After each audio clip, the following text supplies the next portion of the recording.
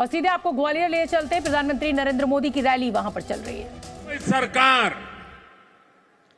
जितने लोकार्पण और शिलान्यास का काम नहीं कर सकती, आज एक दिन में हमारी सरकार कर सकती है और लोग ताली बजाते थक जाते हैं, इतने काम करने का सामर्थ्य रखते हैं।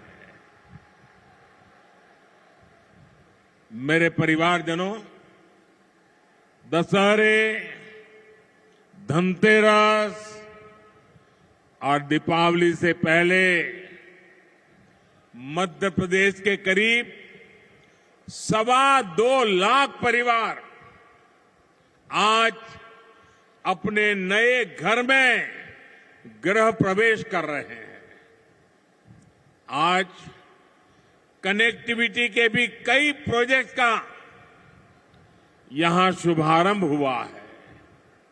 उज्जैन में विक्रम उद्योगपुरी और इंदौर में multi modal logistic park Madhya Pradesh के औद्योगिकरण का विस्तार करेंगे। यहां के युवाओं के लिए हजारों नए रोजगार, उसके लिए निर्माण होने वाले हैं, नए अवसर बनने वाले।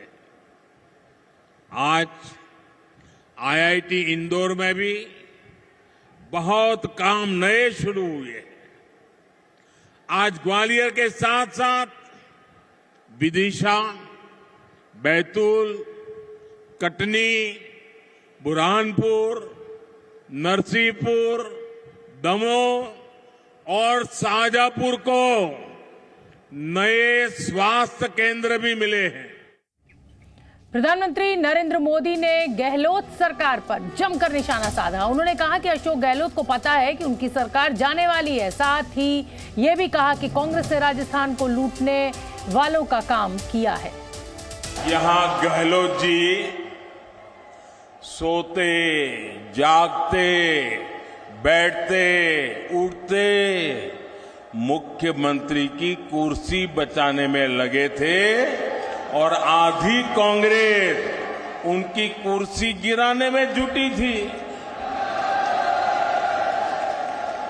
अपने बेटों को सेट कैसे करना, इसलिए दूसरे के बेटों को कैसे उखाड़ देना।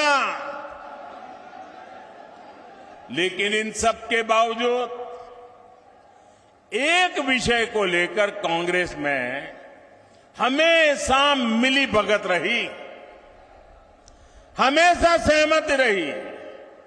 कांग्रेस ने राजस्थान को लूटने में कोई कमी नहीं छोड़ी। भाजपा आएगी, गुंडागर्दी जाएगी। भाजपा आएगी, दंगे रुकवाएगी। भाजपा आएगी, पत्थरबाजी रुकवाएगी। भाजपा आएगी, बेईमानी रुकवाएगी।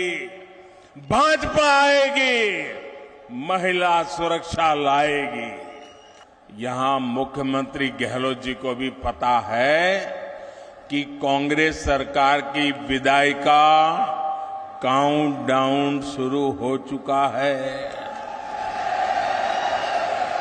और आपने सुना होगा, इसका मेरे पास सबूत है। तो प्रधानमंत्री नरेंद्र मोदी की जो रैलियां हैं वो शुरू हो चुकी हैं। हम आपको बताना चाहते हैं कि इसी खबर पर ज्यादा अपडेट लिए हुए जी न्यूज संवाददाता रविंद्र मेरे साथ लाइव जुड़ रहे हैं। रविंद्र, प्रधानमंत्री मोदी कह रहे हैं कि कोई मुख्यमंत्री का चेहरा नहीं होगा, चेहरा सिर्फ एक होगा और वो होगा कमल का फूल। इसको कैसे समझा जाए? क्या जो प्रयोग तमाम नेताओं को या सांसदों को, मंत्रियों को चुनाव में मध्य प्रदेश में उतारा गया है, वैसा ही कुछ प्रयोग क्या कांग्रेस, माफ कीजिए, बीजेपी राजस्थान में भी करने जा रही है? बिल्कुल, देखिए कल सीईसी की बैठक में एक प्रेजेंटेशन भी हुआ था जिसका मूल थीम था नेता, नीति और नारा। नारा आपने प्रधानमंत्री नरेंद्र मोदी के जो उन्होंने लगाया आपने सुना दिया है। नीति साफ है, कद्दावर नेताओं को कद्दावर सीटों पर उतारना आपने मध्य प्रदेश में देखा, वही राजस्थान में होगा, वही छत्तीसगढ़ में और आने वाले तमाम विधानसभा चुनाव में होगा। और नेता कमल यानी प्रधानमंत्री नरेंद्र मोदी। तो पार्टी की नीयत नेता, नीति सब कुछ तय हो चुका है। प्रधानमंत्री की लगातार रैलियां हो रही है, 3 तारीख को भी है, 5 तारीख को भी है। उसके बाद जब चुनाव आयोग की घोषणा कर देगा, विधानसभा चुनाव की चुनाव आयोग, तो फिर प्रधानमंत्री की रैलियों की संख्या और बढ़ेगी। तो पार्टी की नीति और रणनीति दोनों तय हो चुकी है। रविंद्र, इसको क्या ऐसे समझा जाए कि प्रधानमंत्री नरेंद्र मोदी के चेहरे पर अब ये तमाम जो बड़े राज्यों के चुनाव है जो नवंबर दिसंबर में होने, वो मोदी के चेहरे पर लड़े जाएंगे? और क्या इससे बीजेपी को नुकसान नहीं होगा, क्योंकि लोकसभा का चुनाव भी एकदम सिर पर खड़ा हुआ है, उसको भी मोदी के चेहरे पर ही लड़ा जाएगा? और अगर कमल के फूल का अर्थ आप जैसा कि कह रहे हैं कि मोदी का चेहरा है, और विधानसभा में आप भी जानते हैं कि मध्य प्रदेश और छत्तीसगढ़ में काफी मुश्किलें हैं बीजेपी के लिए। शोभना, इसीलिए सामूहिक नेतृत्व की बात की जा रही है। आपने मध्य प्रदेश में आपने देखा है कि शिवराज सिंह चौहान कर रहे हैं कि ये भैया आगे मिलेगा या नहीं मिलेगा। इसकी काट है कि 20 साल तक आप बीजेपी के थे, आप भैया थे। अब वहाँ तोमर भी हो सकते हैं, पटेल भी हो सकते हैं, या कोई और भी हो सकता है। देख, सामूहिक नेतृत्व ऊपर से पीएम का चेहरा होगा। उसी तरह से राजस्थान में वसुंधरा भी हो सकती हैं, शेखावत भी हो सकते हैं, मेघवाल भी हो सकते हैं। यानी पार्टी की नई एक नीति बनी है, रणनीति की सामूहिक नेतृत्व, बड़े नेताओं को चुनाव में आना, और पार्टी का एकमात्र चेहरा प्रधानमंत्री नरेंद्र मोदी। आपने बिल्कुल, पश्चिम बंगाल में इसका नुकसान हुआ, त्रिपुरा में फायदा हुआ, कर्नाटक में नुकसान हुआ, पार्टी को लग रहा है राजस्थान में फायदा होगा। तो सियासत में फायदा नुकसान की जगह पर नरेंद्र मोदी के चेहरे पर ही चुनाव होगा, ये लगभग तय हो चुका है। बहुत बहुत धन्यवाद रविंद्र आपका इस पूरे अपडेट के लिए। और खुद प्रधानमंत्री नरेंद्र मोदी ताबड़तोड़ रैलियां इस समय कर रहे हैं। 1 से 1.5 महीने का वक्त बचा है। मुझे लगता है 3 से 4 दिन में चुनाव आयोग की तरफ से तारीखों का ऐलान भी हो जाएगा, और ये तस्वीरें भी हम आपको लगातार दिखा रहे हैं। स्वागत है माननीय प्रधानमंत्री।